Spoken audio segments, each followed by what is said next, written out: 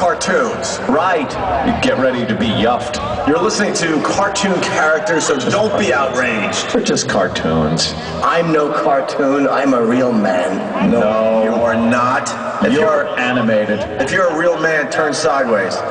See, you can't. See? You're two-dimensional. See? See, you're a cartoon, Every way too. possible.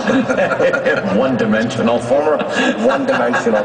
This is fake. It's obviously a forgery. It doesn't have the Foundry logo on it.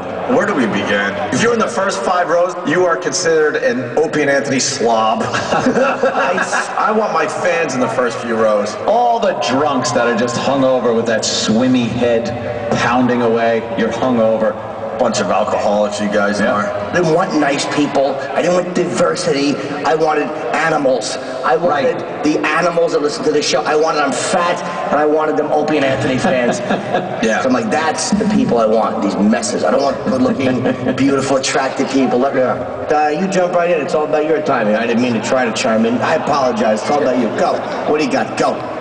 Well, James, if you have open communication with your partner before and after these procedures, it can help and reduce anxiety and negativity. I don't exist. It's all about you. You're God. It's your world. I apologize.